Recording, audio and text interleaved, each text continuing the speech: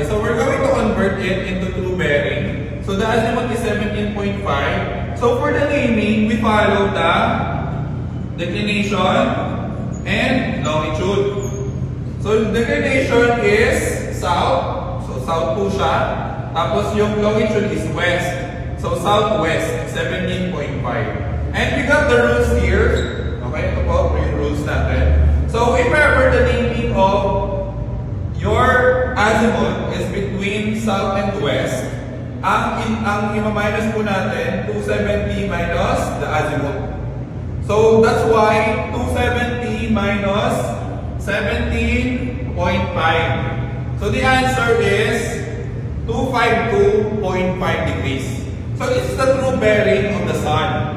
Now we go to the gyro error. Okay. So for the gyro error, we got it here. So true bearing 252.5 minus gyro bearing 253.0. So the answer will be 0.5 degrees west. Bakit po ba ng west? Compass best, error, west. Compass less, error, east.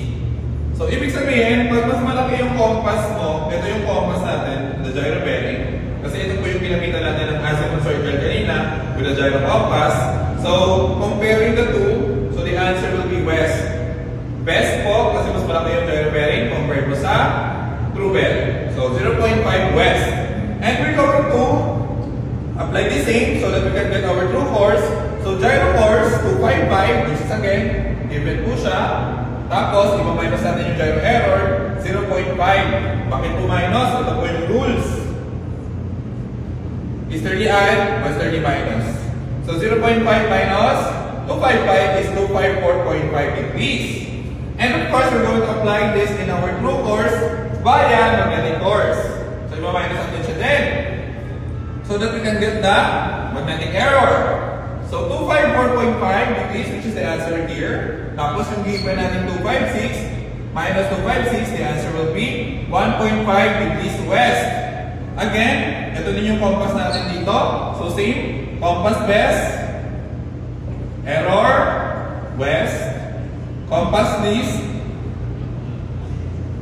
error, east.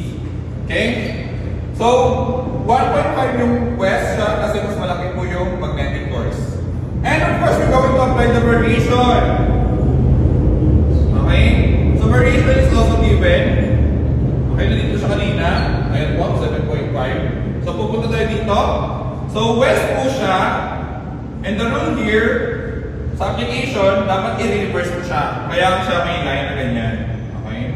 So, reverse sign, which is east already. So 1.5 degrees west minus 7.5 degrees east. Yung sagot po niya for our deviation, which is 6.0 degrees. And the last step, of course, is to check the deviation table of our Bessel's compass. No? Kung safe ba siya with this deviation or not. Alright? So this is a simple way, simple way in calculation the amplitude of the sun. Alright? So sana kung may natutunan tayo. Thank you.